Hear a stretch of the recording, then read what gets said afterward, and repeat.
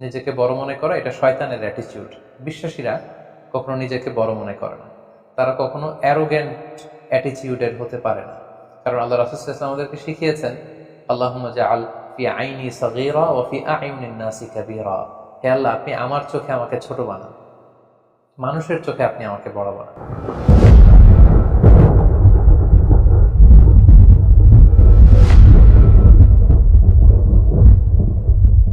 আসসালামু আলাইকুম ওয়া রাহমাতুল্লাহি ওয়া বারাকাতুহু। নাহমাদুহু ওয়া নুসাল্লি আলা রাসূলিহিল কারীম। আম্মা বা'দু ফাআউযু বিল্লাহি মিনাশ শাইতানির রাজীম। বিসমিল্লাহির রাহমানির রহিম। আদম আলাইহিস সালাম, তিনি হচ্ছেন আবুল বাশার, মানবমণ্ডলীর আদি পিতা। তিনি এই পৃথিবীর প্রথম মানুষ এবং প্রথম নবী। গোটা মানবমণ্ডলীর মধ্য থেকে আল্লাহ তাআলা আদম আলাইহিস সালামকে পৃথিবীর প্রথম মানুষ এবং প্রথম নবী হিসেবে বাছাই করেছেন। আর আমরা পৃথিবীতে যারা আছি, আমরা সবাই হচ্ছে বানি আদম বা আদম আলাইহিস সালামের বংশধর।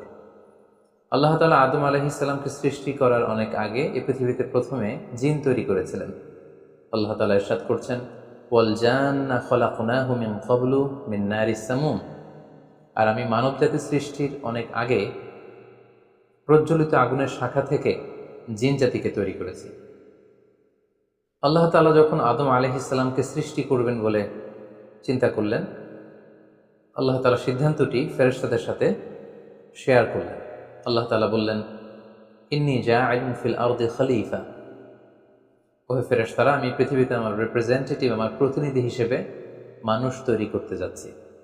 যেহেতু জিন জাতিরা পৃথিবীতে আদম আলাইহিস সালামের আগেই অনেক রক্তপাত করেছিল, বিশৃঙ্খলা সৃষ্টি করেছিল, সেই অভিজ্ঞতার আলোকে, সেই ডিসকাশনে, আল্লাহ তাআলার সাথে ফেরেশতাদের ডিসকাশনে ফেরেশতারা তাদের মতামত পেশ করলেন। তারা বললেন তাদের অভিজ্ঞতার আলোকে, ক্বালু আতাজআলু ফিহা মান ইউফসিদু ফিহা ওয়া ইয়াসফিকুদ দিমা। অর্থাৎ, হে আল্লাহ, আপনি কি এমন কোনো জাতি তৈরি করবেন যারা পৃথিবীতে ফাসাদ সৃষ্টি করবে, ক্যাওস করবে, রক্তপাত করবে? নাহনু নুসাব্বিহু বিহামদিকা ওয়া নুকদ্দিসু লাক। আমরা তো আপনার তাসবিহ পড়ি, আপনার প্রশংসা করি, আমরাই তো ভালো, কেন আপনি আবার মানুষ বানাতে যাবেন? আল্লাহ তাআলা বললেন, ইন্নী আ'লামু মা লা তা'লামুন। যে হে ফেরেশতারা, আমি এমন কিছু জানি যেটা তোমরা জানো না। আল্লাহ তাআলার এই সিদ্ধান্তের কথা যখন তিনি ফেরেশতাদেরকে জানিয়ে দিলেন যে আমি মানুষ বানাতে যাচ্ছি, কতবার আল্লাহ তাআলা তার সিদ্ধান্ত অনুযায়ী তিনি মানুষ তৈরি করলেন। আদম আলাইহিস সালাম হচ্ছে পৃথিবীর সর্বপ্রথম মানব। তিনি আদম আলাইহিস সালামকে মাটি থেকে তৈরি করেছেন।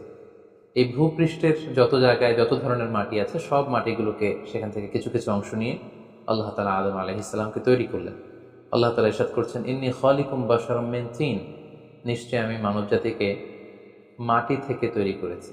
এজন্য বলা হয়ে থাকে মাটির মানুষ, বা আদম হচ্ছে মাটির তৈরি। বেসিকলি আমরা সবাই আমাদের মা এবং বাবা থেকে তৈরি হয়েছি, তাদের স্পার্ম থেকে, ওভাম থেকে। যেহেতু মানুষের এই বীর্য বা স্পার্মটি আমাদের খাবার দাবারের একটা শক্তিরস বা নির্যাস, এবং আমাদের খাবার দাবার, ফলমূল, এগুলো আসে বেসিকলি মাটি থেকে। সেই দিকে ইঙ্গিত করে আমাদেরকে বলা হয় যে আমরাও হচ্ছি মাটির তৈরি। আদম আলাইহিস সালামকে আল্লাহ তাআলা সরাসরি মাটি থেকে তৈরি করলেন। এবং এই সৃষ্টি প্রক্রিয়ার তিনটি ধাপ ছিল। প্রথমত আল্লাহ তাআলা মাটিগুলোকে এঁটেল মাটিতে রূপ দিলেন, যেটাকে কোরআন বলেছে তিনুন লাযিব। তারপর সেই এঁটেল মাটিতে আল্লাহ তাআলা বৃষ্টি বর্ষণ করলেন, ফলে সেটা হয়ে গেল হামাইম মাসনুন, মানে কাদামাটি। এরপর কাদামাটির সে দলা দিয়ে আল্লাহ তাআলা সেখানে হিট দিলেন, প্রচণ্ড তাপ দিলেন। তাপ দিয়ে সেই মাটির দলাটিকে তিনি বানালেন সলসলিন কাল ফখর, ঠনঠনে পোড়া মাটি। এবং সেই ঠনঠনে পোড়া মাটির যে কাঠামো, আল্লাহ তাআলা আদম আলাইহিস সালামের স্ট্রাকচার দিলেন, কাঠামো দিলেন, এবং সেই কাঠামোর ভেতরে আল্লাহ তাআলা রুহের ফুৎকার দিলেন। আল্লাহ বললেন, ফাইদা সাওয়াইতুহু ওয়া নাফাখতু ফীহি মির রূহি। যখন আমি আদমকে তৈরি করলাম, তখন then I breathed into him my spirit. আমি তার ভেতরে আমার রুহের ফুৎকার দিলাম। ফলে আদম আলাইহিস সালাম জীবিত মানুষ হিসেবে সর্বপ্রথম আবির্ভূত হল। আমরা যদি সহিহ বুখারীর দিকে তাকাই, তাহলে দেখব যে সহিহ বুখারীতে সাইয়েদনা আদম আলাইহিস সালামকে যখন আল্লাহ তাআলা তার আকৃতি দিয়েছেন, অবয়ব দিয়েছিলেন, তার হাইট কত ছিল, কত লম্বা তিনি ছিলেন, সে ব্যাপারে সহিহ বুখারীতে এসেছে, ওয়াকানা তুলহু সিত্তুনা যিরাআন। 60 বিঘত তিনি লম্বা ছিলেন। আমাদের হাতের এই কনুই থেকে আঙ্গুল পর্যন্ত এই জায়গাটিকে বলা হয় 1 বিঘত। সেই হিসেবে তিনি ছিলেন 60 বিঘত লম্বা, 60 কিউবিট। এবং সহিহ মুসলিমের একটি বর্ণনা থেকে আমরা জানতে পারি জুমার দিন আল্লাহ তাআলা আদম আলাইহিস সালামকে তৈরি করেছিলেন। ইয়াউমুল জুমআতি ফিহি খুলিকা আদম, জুমার দিনে আল্লাহ তাআলা আদম আলাইহিস সালামের সৃষ্টি প্রক্রিয়া এটাকে তিনি সম্পন্ন করেছেন। আদম আলাইহিস সালামকে তৈরি করার পরে আল্লাহ তাআলা ফেরেশতাদেরকে এবং আদম আলাইহিস সালামকে একসাথে করে একটি মক টেস্ট নিলেন। সেখানে আল্লাহ তাআলা তাদের সবাইকে কিছু শব্দের নাম শিক্ষা দিলেন এবং আদম আলাইহিস সালামকে ফেরেশতাদের সামনে এনে ফেরেশতাদেরকে আল্লাহ তাআলা বললেন যে এগুলোর নাম যদি তোমরা আমাকে বলতে পারো তাহলে বলো। আল্লাহ তাআলা বললেন আম্বিউনি বিআসমাই হাউলাই ইন কুনতুম সাদিকিন। ফেরেশতাদেরকে প্রথমে প্রশ্ন করা হলো, বলো তো এগুলোর নাম কি? ফেরেশতারা উত্তর করতে পারলেন। অতঃপর আদম আলাইহিস সালামকে লক্ষ্য করে আল্লাহ যখন বললেন ইয়া আদম আম্বিহুম বিআসমাইহিম, হে আদম তুমি এই জিনিসগুলোর নাম সবাইকে শুনিয়ে দাও। ফালাম্মা আম্বাআহুম বিআসমাইহিম, আদম আলাইহিস সালাম যখন একটার পর একটা সবগুলো জিনিসের নামকরণ করে ফেলতে পারলেন, সবগুলো জিনিসের নাম বলতে পারলেন, ক্বালা আলাম আকুল লাকুম ইন্নী আ'লামু গায়বাস সামাওয়াতি ওয়াল আরদ, আল্লাহ তাআলা ফেরেশতাদেরকে বললেন আমি কি তোমাদেরকে বলিনি যে আমি আকাশ জমিনের গায়েবের সমস্ত বিষয়ের ধারক এবং বাহক, সব বিষয়ের জ্ঞান আমার কাছে আছে। সো আদমকে আমি এমন কিছু স্পেশাল ফিচার দিয়ে তৈরি করেছি যেগুলো অ্যাঞ্জেলদের মধ্যে ল্যাকিংস ছিল, ফলে ফেরেশতারা সেগুলো জানার পরেও সেগুলোর নাম আল্লাহ তাআলাকে রিপিট করে বলে শোনাতে পারেনি। কিন্তু আদম আলাইহিস সালাম সবগুলো জিনিসের নাম একটার পর একটা তিনি বলে ফেলতে পারলেন। এবং এ থেকে প্রমাণিত হয় যে আল্লাহ তাআলা এখানে ফেরেশতাদের অপারগতা এবং আদম আলাইহিস সালামের শ্রেষ্ঠত্বের প্রমাণ তিনি এখানে স্থাপন করলেন। অনেকে প্রশ্ন করে থাকে যে আল্লাহ তাআলা আদম আলাইহিস সালামকে স্পেশালি এই জিনিসগুলোর নাম শিক্ষা দিয়েছিলেন, ফলে আদম আলাইহিস সালাম বলতে পেরেছেন, কিন্তু ফেরেশতাদেরকে তো এই জিনিসগুলোর নাম শিক্ষা দেওয়া হয়নি। সো তারা কি করে বলবে? কোরআনের কোথাও এটা সুস্পষ্ট বলা হয়নি যে আল্লাহ তাআলা যখন এই জিনিসগুলোর নাম শিক্ষা দিচ্ছিলেন তখন আলাদা করে আদম আলাইহিস সালামকে শিক্ষা দিচ্ছিলেন।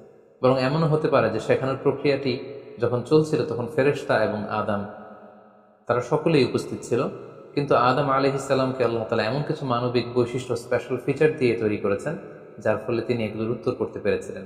কিন্তু ফেরেশতাদের মধ্যে ওই বিষয়গুলো না থাকার কারণে ফেরেশতারা সেগুলোর উত্তর করতে পারেনি।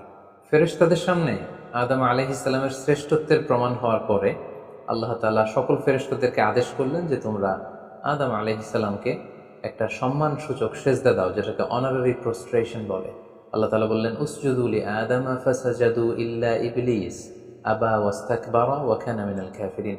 আল্লাহ তাআলা আদেশ দেওয়ার সাথে সাথেই সকল ফেরেশতারা সেজদা দিল। আসলে সেজদাটা কেমন ছিল আমরা জানি না।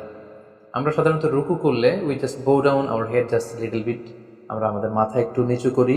আমরা যখন সেজদা দেই আমরা আমাদের কপাল মাটিতে ছুঁয়ে দেই, এটা হচ্ছে আমাদের সেজদা। কিন্তু ফেরেশতাদের সেজদা আসলে আদতে কেমন ছিল আমরা জানি না। এজন্য ফেরেশতাদের কোনো বিষয়, জিনদের কোনো বিষয়, এটা যদি আমরা আমাদের মতো করে কল্পনা করি এটা ভুল হবে। বরং যেভাবে সেজদা দেওয়ার দরকার ছিল ফেরেশতারা ঠিক সেভাবেই আদম আলাইহিস সালামকে সেজদা দিয়েছেন। কিন্তু এই সেজদাটি ইবাদতের সেজদা নয়, কারণ ইবাদত হিসেবে সেজদা দেওয়া যাবে শুধুমাত্র কেবলমাত্র আল্লাহ তাআলাকে। এই সেজদাটি ছিল সম্মানসূচক সেজদা, অনারারি প্রস্ট্রেশন। ফাসাজাদু ইল্লা ইবলিস, আল্লাহ তাআলা আদেশ দেওয়ার সাথে সাথে সকল ফেরেশতারা সেজদা দিল ইবলিস ছাড়া। আবা ওয়াস্তাকবারা ওয়া কানা মিনাল কাফিরিন, সে সেজদা দিতে অস্বীকৃতি জানালো, ফলে সে কাফিরদের অন্তর্ভুক্ত হয়ে গেল। এখন প্রশ্ন হচ্ছে হু ইজ দিস ইবলিস? ইবলিস কে? এতক্ষণ পর্যন্ত আমরা আল্লাহ তাআলার সাথে ফেরেশতাদের ডিসকাশন, শেয়ারিং শুনেছি। আদম আলাইহিস সালামকে হঠাৎ করে সৃষ্টি করলেন, কিন্তু নাও এ নিউ ক্যারেক্টার অ্যাপিয়ার্ড, নতুন একটি ক্যারেক্টার চলে এসেছে, সেটা হচ্ছে ইবলিস। ইবলিস হচ্ছে এক মহাজ্ঞানী সত্তা, যে হচ্ছে কানা মিনাল জিন। কোরআন আমাদেরকে কনফার্ম করেছে কানা মিনাল জিন্নি ফাফাসাকা আন আমরি রাব্বি। ইবলিস বা শয়তান বেসিক্যালি জিন জাতির অন্তর্গত।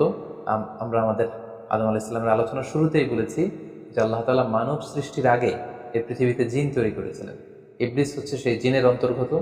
সে ইবাদতে এত বেশি পরিশ্রমী ছিল, সে বেশি বেশি ইবাদত করতে করতে আল্লাহ তাআলার প্রিয় সত্তায়, প্রিয় ভাজনে পরিণত হয়েছে। ফলে আল্লাহ তাআলা তার স্ট্যাটাসকে অনেক হাই করে দিয়েছেন এবং ফেরেশতাদের সাথে থাকবার সুযোগ করে দিয়েছিলেন। তাকে আল্লাহ তাআলা এতটাই সম্মান দিয়েছিলেন, সে চাইলেই আল্লাহ তাআলার সাথে সরাসরি কথা বলতে পারত। কিন্তু আল্লাহ তাআলা যখন আদম আলাইহিস সালামকে সেজদা দেওয়ার আদেশ করলেন, সবাই সেজদা দিল ইবলিস ছাড়া। আল্লাহ তাআলা এ পর্যায়ে ইবলিসকে জিজ্ঞেস করলেন মা মানাআকা আল্লা তাসজুদা ইয আমারতুক, হে ইবলিস, কিসে তোমাকে বাধা দিল সেজদা দিতে? কেন তুমি সেজদা দিলে না? সবাই যেখানে সেজদা দিল, তুমি কেন সেজদা দিলে না? ইবলিস তখন উত্তরে বলল, আনা খায়রুম মিনহু খলাকতানি মিন নার ওয়া খলাকতাহু মিন তিন। আমি আদমের চাইতে শ্রেষ্ঠ। সে আল্লাহর সাথে আর্গুমেন্ট দিতে শুরু করলো, লজিক দিতে শুরু করলো। সে যদি অন্তত এতটুকু বলতো যে আল্লাহ, আপনি কেন আমাকে সেজদা দিতে বলছেন, আমি এটার সিগনিফিকেন্স, এটার কারণ জানতে চাই, অথবা আল্লাহ আমি ভুল করে ফেলেছি, আপনি আমাকে ক্ষমা করুন, এর কোনোটাই না করে সে আল্লাহর সাথে আর্গুমেন্ট দিতে লাগলো। আর্গুমেন্টেটিভ একটা অ্যাটিটিউড তার মধ্যে গ্রো করলো। সে বলল, খলাকতানি মিন নার ওয়া খলাকতাহু মিন তিন। আপনি আমাকে সৃষ্টি করেছেন আগুন থেকে, আদমকে সৃষ্টি করেছেন মাটি থেকে। আগুন হচ্ছে ঊর্ধ্বমুখী, আগুনের লেলিহান শিখা দাউ দাউ করে উপরের দিকে উঠতে থাকে, আর মাটির চাকা ঢিলা, ছেড়ে দিলে নিচে পড়ে যায়। সো ঊর্ধ্বমুখী কোনো জিনিস তো নিম্নমুখী কোনো জিনিসের কাছে নত হতে পারে না, আমি কেন সেজদা দেব? সে যখন আল্লাহ তাআলার কাছে এইভাবে যুক্তিতর্ক স্থাপন করলো, আল্লাহ তাআলা তার র্যাঙ্কিংকে নষ্ট করে দিলেন। আল্লাহ বললেন যে তুমি বিতাড়িত, অভিশপ্ত, লাঞ্ছিত এবং ধিক্কৃত। আল্লাহ তাআলা তার যে হাই র্যাঙ্ক এবং স্ট্যাটাস, সেই পদমর্যাদা, তাকে পদমর্যাদাচ্যুত করা হলো। ফলে সে তার আগের অবস্থানে আর থাকলো না। সে আল্লাহ তাআলাকে এবার বলতে আরম্ভ করলো, ক্বাল আনজিরনি ইলা ইয়াউমি ইউবআসুন, হে আল্লাহ, এত বছর আমি ইবাদত করার পরে আপনার প্রিয় ভাজন হলাম, কিন্তু শুধু আদমকে সম্মানসূচক সেজদা প্রদর্শন না করার কারণে আপনি আমার স্ট্যাটাসকে নামিয়ে দিলেন, আপনি আমাকে ধিক্কৃত, অভিশপ্ত বলে ঘোষণা করলেন। তাহলে আমি আপনার কাছে একটা জিনিস চাই, সেটা হচ্ছে আনজিরনি ইলা ইয়াউমি ইউবআসুন, আপনি আমাকে কিয়ামত পর্যন্ত হায়াত দিন, যাতে আমি কিয়ামত পর্যন্ত বেঁচে থাকতে পারি। এবং সে শুধু আল্লাহর সাথে আর্গুমেন্ট দিয়েই ক্ষান্ত হয়নি, সে এ পর্যায়ে আল্লাহ তাআলাকে চ্যালেঞ্জ ছুড়ে দিল। বেসিকলি, যদিও ইবলিস এত এত ইবাদত করে আল্লাহ তাআলার প্রিয় হয়েছিল, ফেরেশতাদের পর্যায়ে চলে গিয়েছিল, আল্লাহ তাআলা তার সাথে ডিরেক্টলি কথা বলতো, কিন্তু ইবলিসের ভেতরে একটা সুপ্ত অহমিকা বোধ ছিল। আল্লাহ তাআলা চেয়েছেন এই ইনসিডেন্টের মধ্য দিয়ে সেই সুপ্ত অহমিকা বোধটা প্রকাশ করে দিতে। ইবলিস ভাবতো যে কেউ আমাকে ছাড়িয়ে যেতে পারবে না, আমি সবার চাইতে শ্রেষ্ঠ। সে বলেছিল, আনা খায়রুম মিনহু, আমি তার চেয়ে শ্রেষ্ঠ। তার ভেতরে যে সুপ্ত অহমিকা বোধ, এই যে অ্যারোগেন্স, এই যে ইগোইস্টিক সমস্যা, আল্লাহ তাআলা চেয়েছেন এই ঘটনার অবতারণা ঘটিয়ে ইবলিসের ভেতরকার এই অহমিকা বোধকে প্রকাশ করে দিতে, এবং সেটাই ঘটেছে। এবার সে আল্লাহ তাআলাকে চ্যালেঞ্জ দিয়ে বলল যে আল্লাহ, আপনি আমাকে কিয়ামত পর্যন্ত হায়াত দিন, লা আকউদান্না লাহুম সিরাতাকাল মুস্তাকিম, আপনার এই আদম সন্তান, বনি আদমের যারা পৃথিবীতে আসবে, তারা কি করে জান্নাতে যায় সেটা আমি দেখে নেব। আমি সিরাতুল মুস্তাকিমের সামনে বসে থাকবো, যাতে করে তারা সরল সঠিক পথ পেতে না পারে, তারা যাতে সত্যের পথে থাকতে না পারে। আমি তাদেরকে সুম্মা লাআতিয়ান্নাহুম মিন বাইনি আইদিহিম ওয়া মিন খালফিহিম ওয়া আন আইমানিহিম ওয়া আন শামাইলিহিম, সামনে থেকে, পেছন থেকে, ডান দিক দিয়ে, বাঁ দিক দিয়ে, সব দিক দিয়ে আমি তাদেরকে কুমন্ত্রণা দিব, ধোঁকা দিব, টেম্পটেশন দিব, হুইসপারিং করব। ওয়ালা তাজিদু আকসারাহুম শাকিরিন, আপনি তাদেরকে শুকরগুজার, কৃতজ্ঞ বান্দাদের অন্তর্ভুক্ত পাবেন না। আল্লাহ তাআলা বললেন, লামান তাবিআকা মিনহুম লাআমলাআন্না জাহান্নামা মিনকুম আজমাইন, তুমি আমাকে চ্যালেঞ্জ দিচ্ছ, ঠিক আছে, আমিও তোমার চ্যালেঞ্জ নিলাম, চ্যালেঞ্জ অ্যাকসেপ্টেড। তোমাকে এবং তোমাকে যারা ফলো করবে, ফলোয়ারদেরকে, তাদের সবাইকে দিয়ে আমি জাহান্নামকে পরিপূর্ণ করব। আল্লাহ তাআলা ইবলিসকে কিয়ামত পর্যন্ত হায়াত দিলেন, তার চ্যালেঞ্জ গ্রহণ করলেন, এবং ইবলিসও তার মিশন এবং ভিশন ফিক্স করে নিল যে যে আদমের কারণে আজকে আমি এতটা ধিক্কৃত, অভিশপ্ত, লাঞ্ছিত, সে আদমকে এবং সে আদমের সন্তানদেরকে, বনি আদমকে আমি জাহান্নামে ঢুকানোর আগ পর্যন্ত ক্ষান্ত হব না। এবং আল্লাহ রাসূল সাল্লাল্লাহু আলাইহি ওয়াসাল্লাম বললেন যে ইন্না শাইতানা ইয়াজরি মিনাল ইনসানি মাজরাদ দাম, মানুষের রক্ত প্রবাহের সাথে ইবলিস মিশে যেতে পারে, সেখানে যে সে কুমন্ত্রণা দিতে পারে।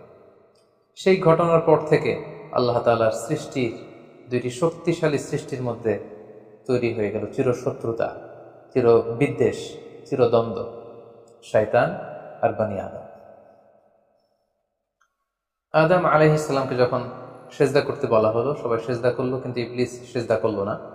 এই ঘটনার পর আদম আলাইহিস সালাম কেমন যেন একটু একাকিত্ব এবং অস্থিরতা ফিল করতে লাগলেন, লোনলিনেস, কারণ তার কোনো সাথী নেই, সঙ্গী নেই, প্রতিবেশী নেই, বন্ধু নেই, বান্ধব নেই, কেউ নেই। মানুষ হিসেবে তিনি কেবল একা, বড়ই একা।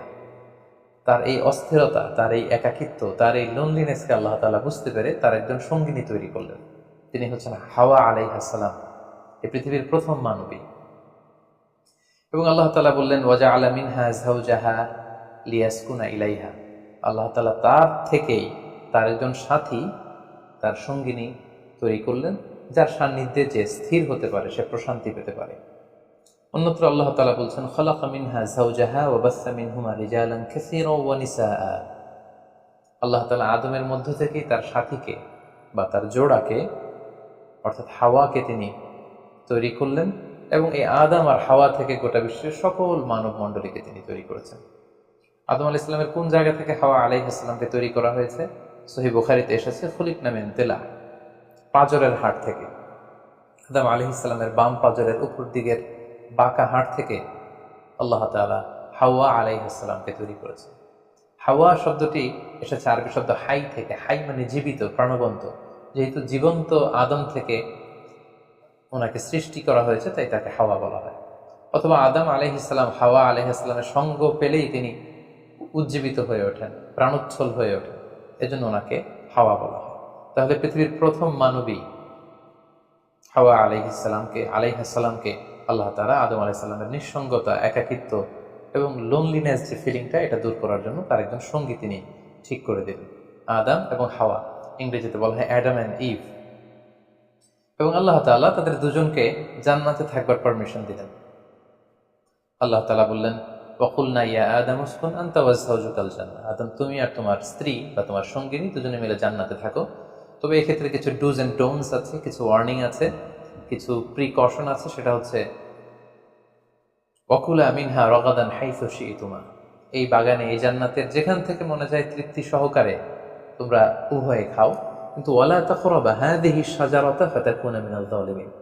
জান্নাতের যেখান থেকে মনে চায় তোমরা খেতে পারো, পান করতে পারো, ঘুরে বেড়াতে পারো, আনন্দ উৎসব করতে পারো, কিন্তু ওয়ালা তাকরাবা হাযিহি শাজারা, এই গাছের ফল খাবে না। Be aware of this tree, এই গাছের কাছেও যাবে না। যদি যাও, যদি খাও, তাহলে ফাতাকুনা মিনাল যালিমিন, তোমরা জালিমদের অন্তর্ভুক্ত হয়ে যাবে। তাহলে আল্লাহ তাআলা আদম এবং হাওয়াকে জান্নাতে থাকার সুযোগ দিলেন, সেখানে কি করা যাবে, কি করা যাবে না সেটা বাতলে দিলেন, ডুজ এন্ড ডোন্টস দিলেন এবং ওয়ার্নিং দিয়ে দিলেন। কিন্তু তারপর যেটা ঘটলো সেটা হচ্ছে, আমরা জানি যে ইবলিস কিন্তু তার মিশন এবং ভিশনকে ফিক্স করে নিয়েছে যে সে আদমকে গুমরা করেই ছাড়বে, ধোঁকা দিয়েই ছাড়বে। এবং সে অনুপাতে সে সামহাও জান্নাতে ঢুকে আদম এবং হাওয়া আলাইহিস সালামকে হুইসপারিং করে, টেম্পটেশন দিয়ে, কুমন্ত্রণা দিয়ে তাদেরকে বিভ্রান্ত করে ফেলল। কোরআন বলছে ফাওয়াসওয়াসা লাহুমা শাইতান লিইউবদিয়া লাহুমা মা উরিয়া আনহুমা মিন সাওআতিহিমা। শয়তান তাদের দুজনকে টেম্পটেশন দিয়ে, কুমন্ত্রণা দিয়ে ধোঁকার মধ্যে ফেলে দিল। শয়তান এসে বলল, আমাকে আল্লাহ সৃষ্টি করেছেন অনেক আগে, তোমাদেরকে সৃষ্টি করার আগে আল্লাহ তাআলা আমাদেরকে জানিয়েছিলেন যে তোমাকে এবং হাওয়াকে আল্লাহ তাআলা এই জান্নাতে রাখতে চান না, তোমাদের দুজনকে আল্লাহ পৃথিবীতে পাঠিয়ে দিতে চান। কারণ এখানে তারাই থাকতে পারবে যারা ফেরেশতা, তোমরা ফেরেশতা নও।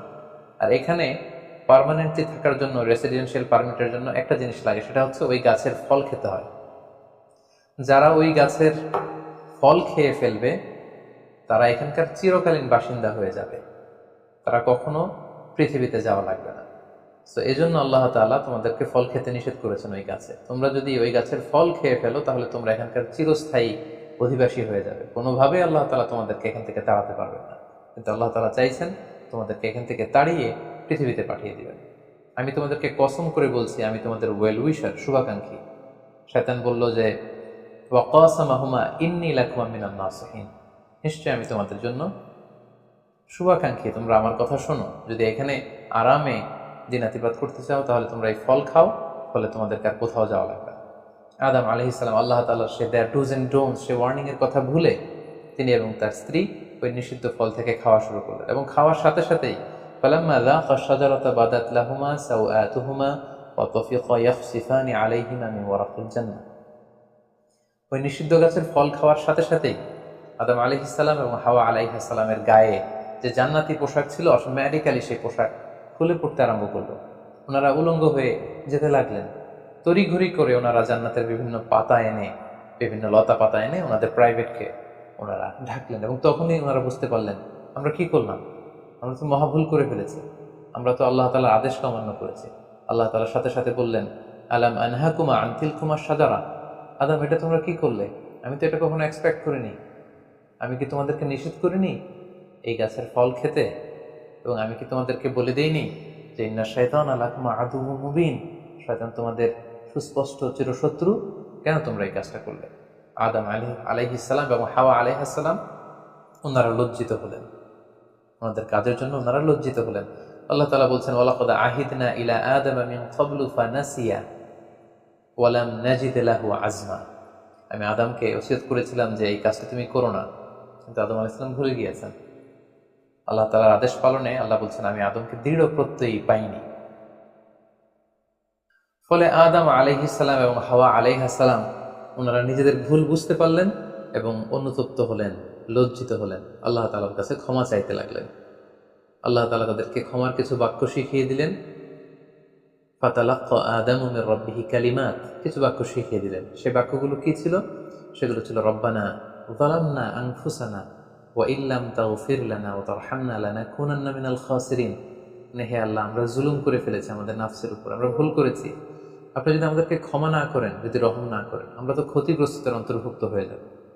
আদম আলাইহিস সালাম এবং হাওয়া আলাইহিস সালাম উভয়ে অনুতপ্ত হলেন, লজ্জিত হলেন এবং চোখের পানি ছেড়ে এই দোয়াটি পড়ে পড়ে আল্লাহ তাআলার কাছে ক্ষমা চাইলেন, এবং আল্লাহ তাআলা তাদের উভয়কে ক্ষমা করে দিলেন। এবার আল্লাহ তাআলা তাদের দুজনকে বললেন, যেহেতু তোমরা আমার আদেশকে মান্য করতে পারোনি, সেজন্য তোমাদেরকে পৃথিবীতে চলে যেতে হবে। ইহবিতু বা'দুকুম লিবা'দিন আদু, তোমাদেরকে পৃথিবীতে নামিয়ে দেয়া হলো। ওয়ালাকুম ফিল আরদি মুস্তাকাররু ওয়া মাতাউন ইলা হিন, এই পৃথিবী হবে তোমাদের আবাসস্থল, এই পৃথিবীতে অনেক জীবন উপকরণ তোমাদের জন্য থাকবে।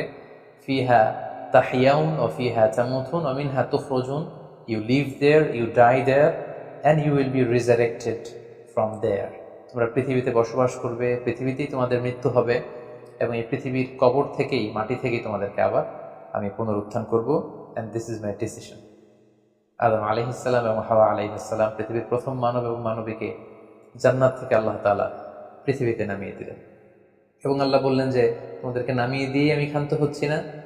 ফাইম্মা ইয়াতিয়ান্নাকুম মিন্নি হুদান, আমার গাইডেন্স তোমাদের কাছে আসবে। ফামান তাবিআ হুদায়া ফালা ইয়াযিল্লু ওয়ালা ইয়াশকা, আমার দেয়া পথ নির্দেশিকা এবং গাইডেন্স যারা মেনে চলবে তারা কখনো পথভ্রান্ত হবে না, তারা কখনো গোমরা হবে না।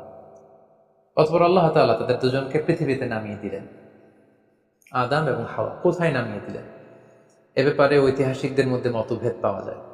কিছু কিছু ঐতিহাসিকগণ বলেন যে আদম আলাইহিস সালামকে মক্কা এবং তায়েফের মাঝখানে দাহনা নামক একটা জায়গা আল্লাহ নামিয়ে দিয়েছেন। কোনো কোনো বর্ণনা মতে পাওয়া যায় যে আদম আলাইহিস সালামকে আল্লাহ তাআলা ইন্ডিয়ান সাবকন্টিনেন্টে শ্রীলঙ্কার সিংহাল নামক একটা জায়গায় পাঠিয়েছেন, এবং তারা সেখানে অ্যাডামস পিক নামে একটি পাহাড়ের কথা বলে থাকেন, যেখানে আদম আলাইহিস সালামের ফুটপ্রিন্ট বা পায়ের ছাপ সংরক্ষিত আছে বলে অনেক ঐতিহাসিকগণ মত প্রকাশ করেছে।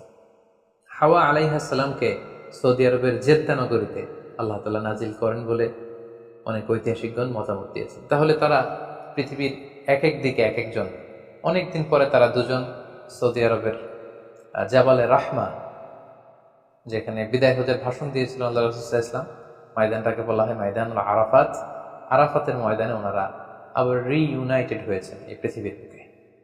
সম্মানিত, শুধু এ পর্যায়ে আমরা জানবো how was the life of Adam and Eve on earth. এই পৃথিবীতে আদম আলাইহিস সালাম এবং হাওয়া আলাইহিস সালামের একেবারে পৃথিবীর শুরুর দিকের জীবন পরিক্রমাটা কেমন ছিল, হাউ ওয়াজ দেয়ার লাইফ, কিভাবে তারা তাদের জীবন অতিবাহিত করেছেন। আমরা জানি যে তাদের দুজনের মাধ্যমেই হিউম্যান হিস্ট্রি শুরু হয়েছিল, মানব ইতিহাস। তাদের জীবন পরিক্রমাটা কিছুটা ভিন্ন, আমাদের চাইতে ভিন্ন, যেহেতু তারাই পৃথিবীর প্রথম মানব এবং মানবী। তাদের কোনো প্রতিবেশী নেই, তাদের কোনো বন্ধু বান্ধব নেই, পৃথিবীতে আর কোনো মানুষ তাদের আশেপাশে ছিল না, শুধু তারাই। তো সেক্ষেত্রে এক আল্লাহ তাআলার ইবাদত ছাড়া তাদের মৌলিক যে কাজটা ছিল সেটা ছিল পপুলেশন, কাল্টিভেশন অ্যান্ড কনস্ট্রাকশন। কি করে জনসংখ্যা বৃদ্ধি করা যায় পৃথিবীতে, কি করে সন্তান লালন পালন করা যায়, কি করে চাষাবাদ করা যায়, কি করে ফার্মিং করা যায়, এবং কি করে মানব সভ্যতার বিনির্মাণ করা যায়, এটাই ছিল পৃথিবীর প্রথম মানব এবং এই মানবের প্রধানতম দায়িত্ব। যেহেতু ওনারা যদি নতুন প্রজন্ম তৈরি না করেন, ওনারা যদি চাষাবাদ না করেন, ওনারা যদি সভ্যতা বিনির্মাণ না করেন, তাহলে পৃথিবীতে মানব সভ্যতা টিকে থাকবে না।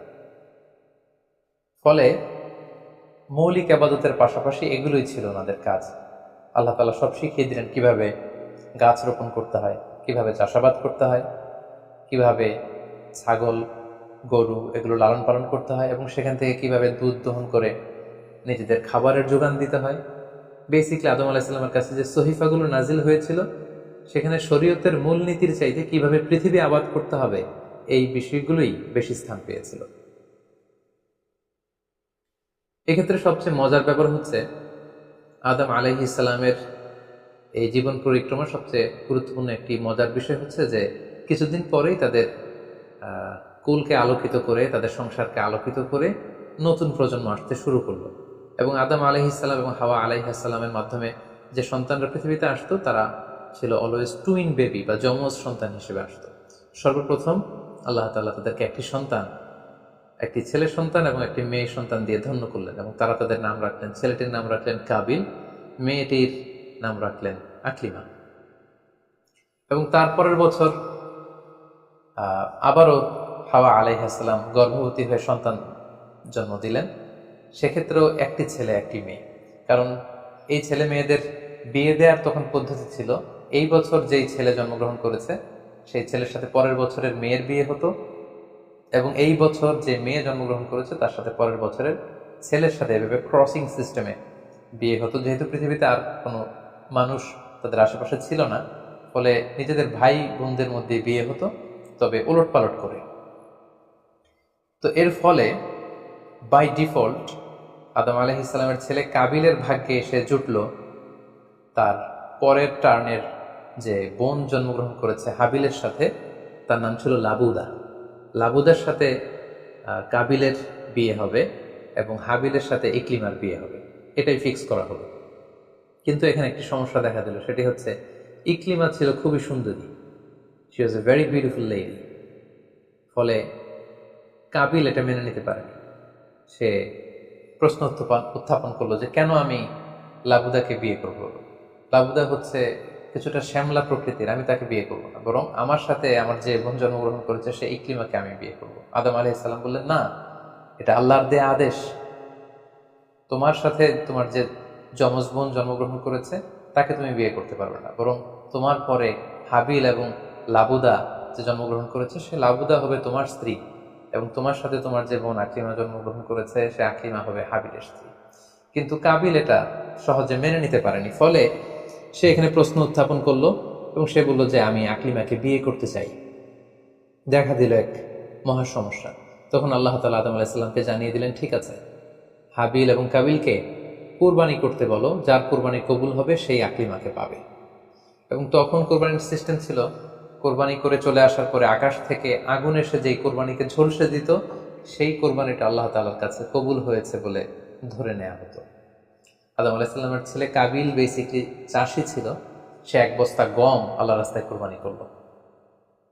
আর হাবিল সে মেষ চড়াতো, ছাগল চড়াতো, সে একটি বকরি জবাই করে আল্লাহ রাস্তায় কুরবানি করলো, এবং তারা অপেক্ষা করতে লাগলো যে কার কুরবানি কবুল হয়।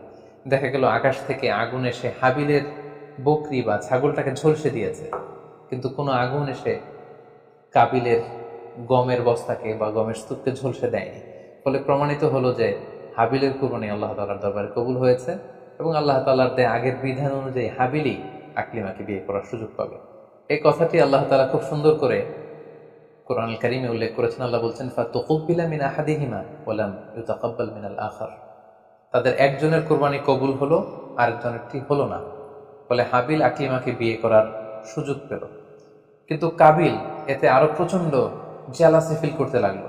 সে হিংসায় জ্বলে পুড়ে অত্যন্ত রেগে গিয়ে বলল, লা আক্তুলান্নাক, হাবিল আমি তোমাকে হত্যা করব, তোমাকে হত্যা করে হলেও আমার সুন্দরী বোন আকলিমাকে আমি ছিনিয়ে নিব।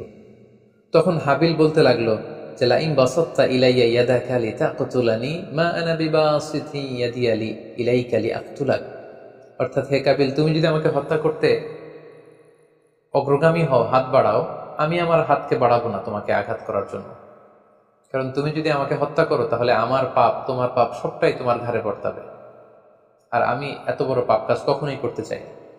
কাবিল এই কথাতেও ক্ষান্ত না হয়ে সে হত্যা করতে উদ্যত হলো এবং সে তার কথা মতো তার ভাই হাবিলের উপর চড়াও হয়ে আক্রমণ করে তার আপন ভাই হাবিলকে সে হত্যা করে ফেলল। কোরআন বলল ফাকাতালা ফাসবাহা মিনাল খাসিরিন, কাবিল হাবিলকে হত্যা করে ফেলল। প্রতিহিংসার অনলে জ্বলে পুড়ে শয়তানের কুমন্ত্রণায় পৃথিবীর প্রথম হত্যাকাণ্ড, the first murder ever in the world, পৃথিবীর প্রথম হত্যাকাণ্ড সংঘটিত হলো এবং হত্যাকারী ছিল আদম আলাইহিস সালামের ছেলে কাবিল এবং এই পৃথিবীর প্রথম নিহত মানুষের নাম হচ্ছে হাবিল।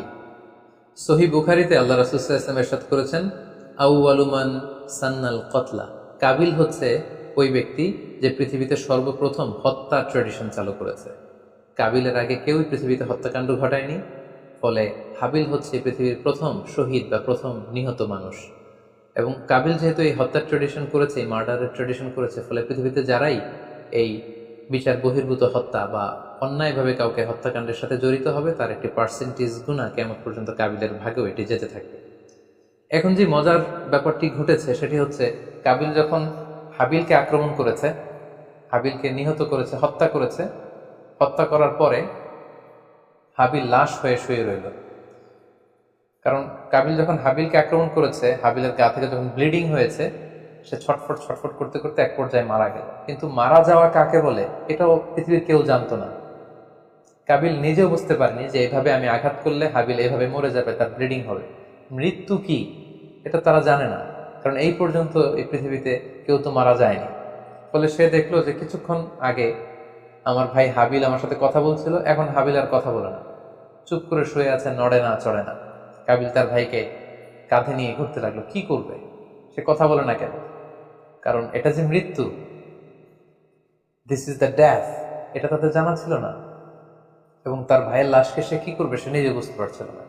তখন হাবিলকে শিক্ষা দেওয়ার জন্য আল্লাহ তাআলা একটি কাককে পাঠালেন। ফাবাআসাল্লাহু গুরাবান ইয়াবহাসু ফিল আরদি লিউরিয়াহু কাইফা ইউয়ারি সাওআতা আখি। দুটি কাক এসে একটি কাক আর একটি কাককে হত্যা করলো এবং হত্যাকারী কাকটি তার ঠোঁট দিয়ে তার পা দিয়ে মাটি খুঁড়ে গর্ত করে সেই গর্তের ভেতরে মৃত কাকটিকে ফেলে আবার মাটি দিয়ে ঢেকে ফেললো। এই দৃশ্যটি হাবিল দেখে বুঝতে পারলো যে কাবিল দেখে বুঝতে পারলো আমাকেও একই কাজ করতে হবে। কাবিল তখন মাটি খুঁড়ে তার ভাই হাবিলকে মাটি চাপা দিয়ে পৃথিবীর প্রথম ফিউনারাল বা বারিফাইং এর যে সিস্টেম, কবর দেওয়ার যে প্রক্রিয়া, এটা তিনি সারলেন। আদম আলাইহিস সালাম তখন চলে গিয়েছিলেন মক্কায় কাবা নির্মাণের কাজে বা হজের কাজে। সেখান থেকে ফিরে এসে এই ঘটনা শুনে তিনি অত্যন্ত দুঃখ পেলেন। তিনি কাবিলকে ভর্ৎসনা করলেন এবং আদম আলাইহিস সালামের সন্তান সন্ততি সবাইকে ডেকে তিনি নাসিহত করলেন, এক আল্লাহর আদেশ মেনে নেওয়ার জন্য তিনি সবাইকে আহ্বান জানালেন। হাবিলের পরবর্তীতে আল্লাহ তাআলা ইওয়াদান আন হাবিলের পরিবর্তে তিনি শীস আলাইহিস সালামকে আদম আলাইহিস সালামের ছেলে হিসেবে পৃথিবীতে দান করলেন। হাওয়া আলাইহিস সালামের কোল জুড়ে পৃথিবীতে আসলো শীস এবং তার সাথে তার টুইন বোন হাজুরা পৃথিবীতে আসলো। এবং আদম আলাইহিস সালামের পরে শীস আলাইহিস সালামকে আল্লাহ তাআলা নবী হিসেবে সিলেক্ট করলেন। এবং সহিহ ইবনে হিব্বানের একটি বর্ণনা এসেছে, যদি বর্ণনাটি দুর্বল, যে শীস আলাইহিস সালামের কাছে আল্লাহ তাআলা 50টি সহিফা নাজিল করেছিলেন।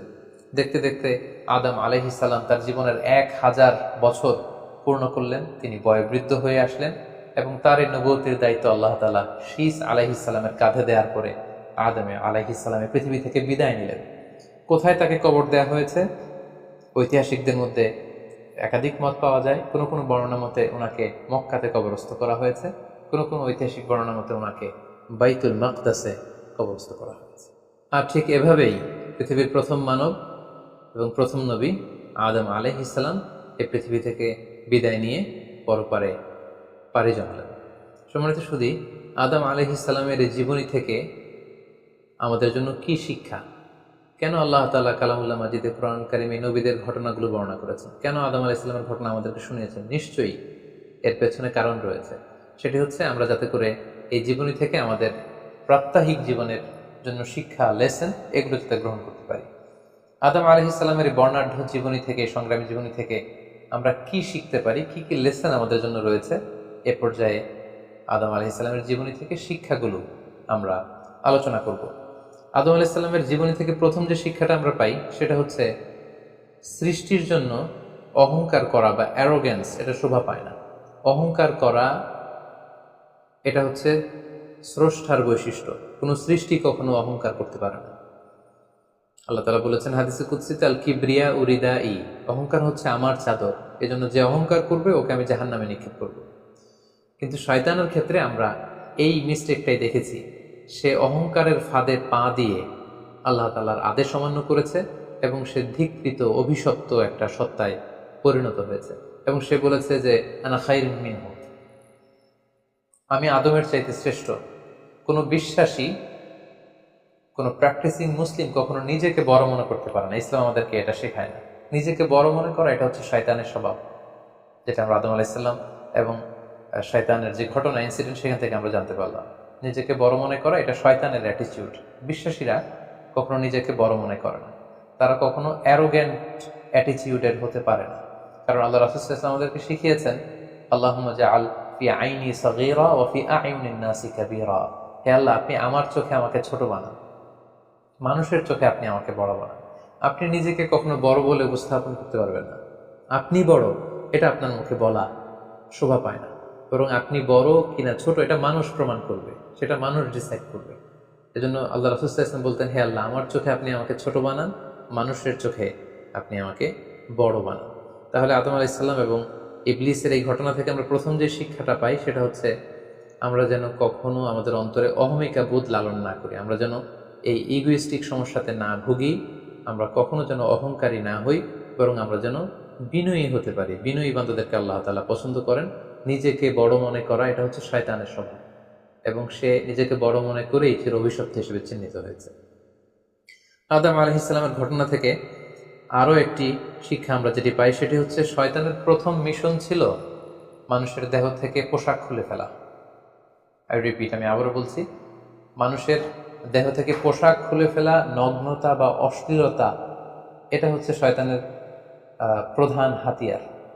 আমরা এই ঘটনা থেকে জেনেছি যে আদম আলাইহিস সালাম এবং হাওয়া আলাইহিস সালাম তারা যখন ওই নিষিদ্ধ গাছ থেকে ভক্ষণ করলেন, তারা যখন নিষিদ্ধ ফলটি খেয়ে ফেলেন, সাথে সাথে জান্নাতের পোশাক তাদের দেহ থেকে খুলে পড়ে গিয়েছে।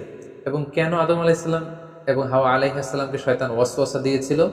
সূরা আরাফে আল্লাহ বলছেন, লিউরিয়াহুমা সাওআতিহিমা, যাতে করে তাদের প্রাইভেট, তাদের লজ্জাস্থান প্রকাশিত হয়ে পড়ে। তাহলে আমরা এই ঘটনা থেকে আরও যে শিক্ষাটি পাই সেটি হচ্ছে নগ্নতা এবং অশ্লীলতা হচ্ছে শয়তানের প্রধান হাতিয়ার। বর্তমানে আমরা সেটাই দেখতে পাচ্ছি যে শয়তান আমাদের পোশাককে খাটো করতে চাচ্ছে। দিনকে দিন আমাদের পোশাকের ধরন এমন হতে যাচ্ছে, বিশেষ করে আমাদের বোনদের বা নারীদের পোশাকের দিকে যদি আমরা তাকাই, এটা ছোট হতে হতে এমন একটা পর্যায়ে চলে যাচ্ছে, এর মাধ্যমে কিন্তু এই নিউডিটি বা নগ্নতা এবং অশ্লীলতার ছড়াছড়ি আমাদের সমাজে খুব বেড়ে গিয়েছে।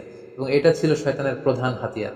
আমাদের আদি পিতা এবং আদি মাতাকে এই নগ্নতা এবং অশ্লীলতার মাধ্যমেই, তাদের দেহ থেকে পোশাক খোলার মাধ্যমে কিন্তু শয়তান প্রথম তার শত্রুতা প্রকাশ করতে পেরেছিল।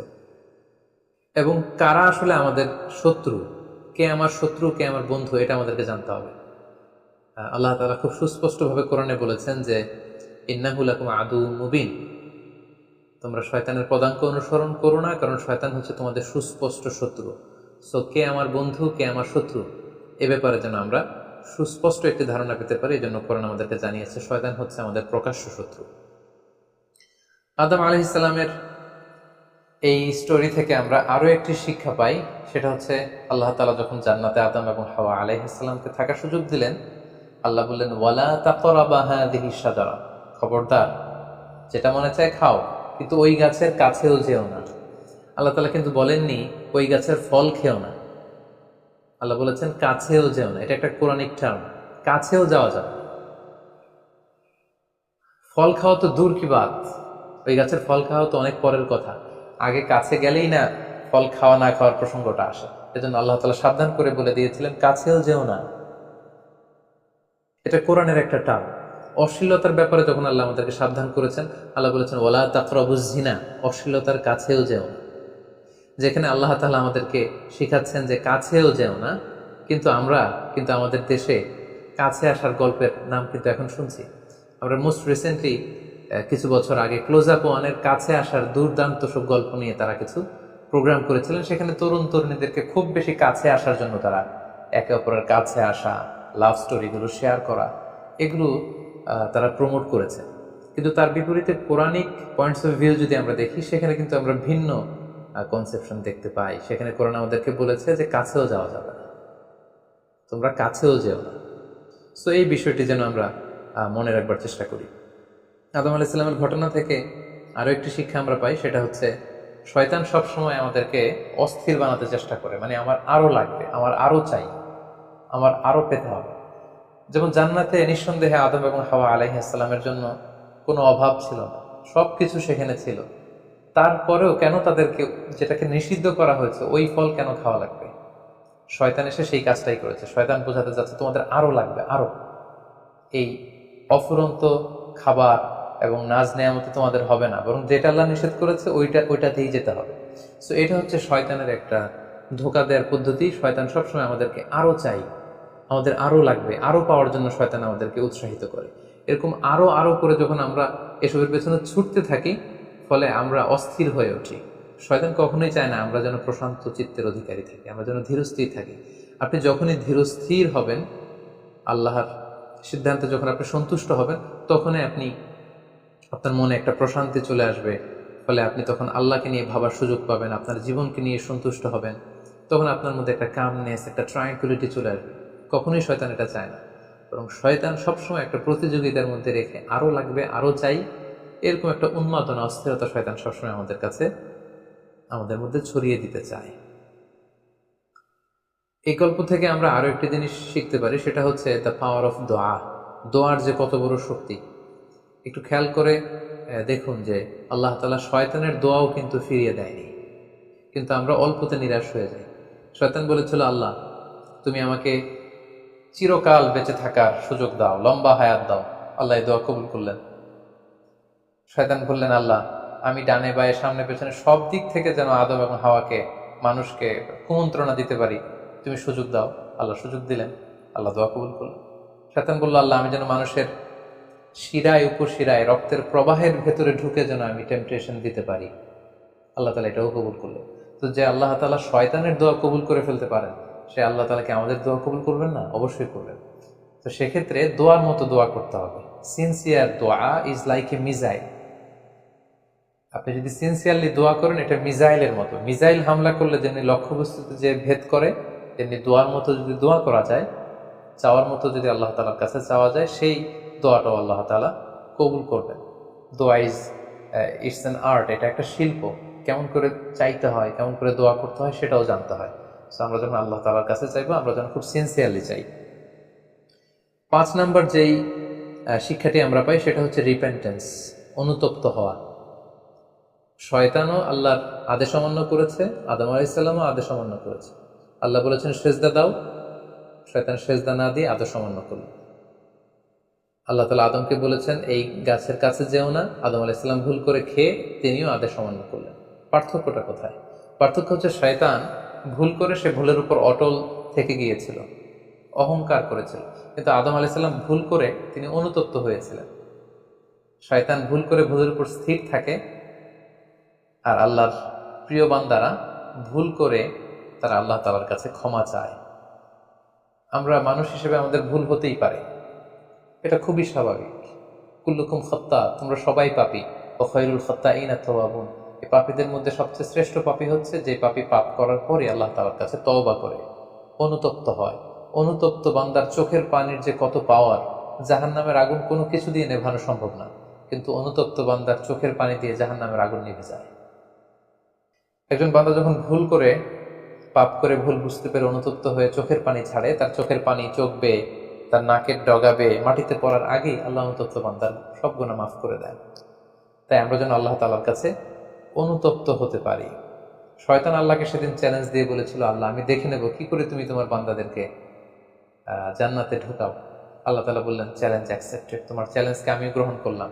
তুমি আজীবন আমার বান্দাদেরকে ধোঁকা দিবে, কিন্তু আমার বান্দা যখন অনুতপ্ত হয়ে চোখের পানি ছেড়ে ক্ষমা চাইবে, আমি জীবনের সব গুনাহ মাফ করে দেব। সো অনুতপ্ত হয়ে আল্লাহর কাছে চাওয়ার এই সুযোগকে যেন আমরা নষ্ট না করি।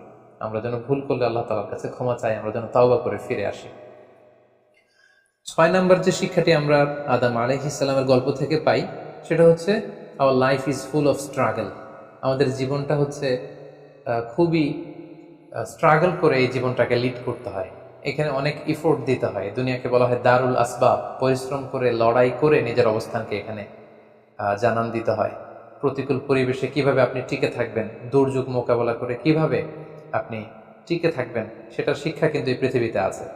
যেমন আদম আলাইহিসসালাম, হাওয়া আলাইহিসসালাম যখন পৃথিবীতে এসেছেন, তাদের জন্য সব কিছু যে একেবারে প্রিপেয়ার্ড ছিল ব্যাপারটি এমন নয়। ওনাদেরকে কষ্ট করতে হয়েছে, ওনাদেরকে চাষাবাদ করতে হয়েছে, মেষ পালন করতে হয়েছে, গাছ রোপণ করতে হয়েছে, ঝড় ঝঞ্ঝা বন্যা, এই প্রতিকূল পরিবেশে তাদেরকে টিকে থাকার লড়াই করতে হয়েছে।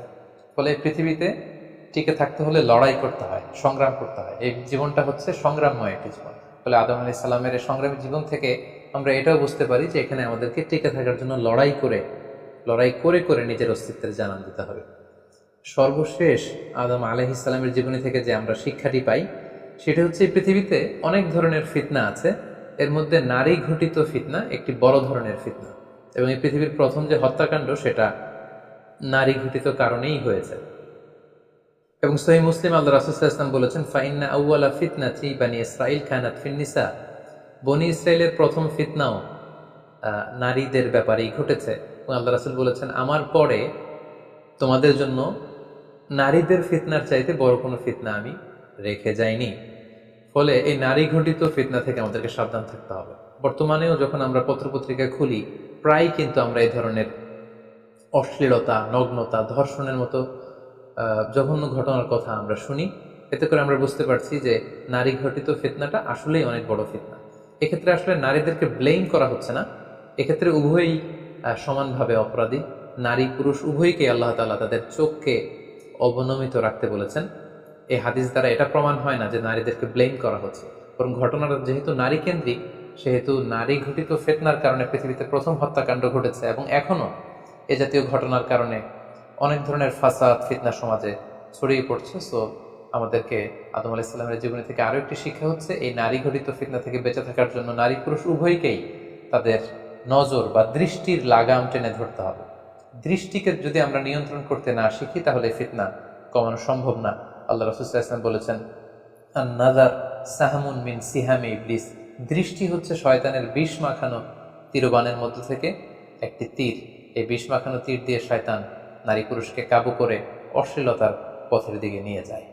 সম্মানিত শুধু এই ছিল আদম আলাইহিস সালামের সংগ্রামী জীবন কাহিনী এবং ওনার জীবনী থেকে আমাদের জন্য কিছু লেসন বা শিক্ষা। আল্লাহ তাআলা আমাদের সবাইকে নবীদের রেখে যাওয়া পথ এবং মতে, তাদের অনুসৃত পথে আমাদেরকে পরিচালিত করুক।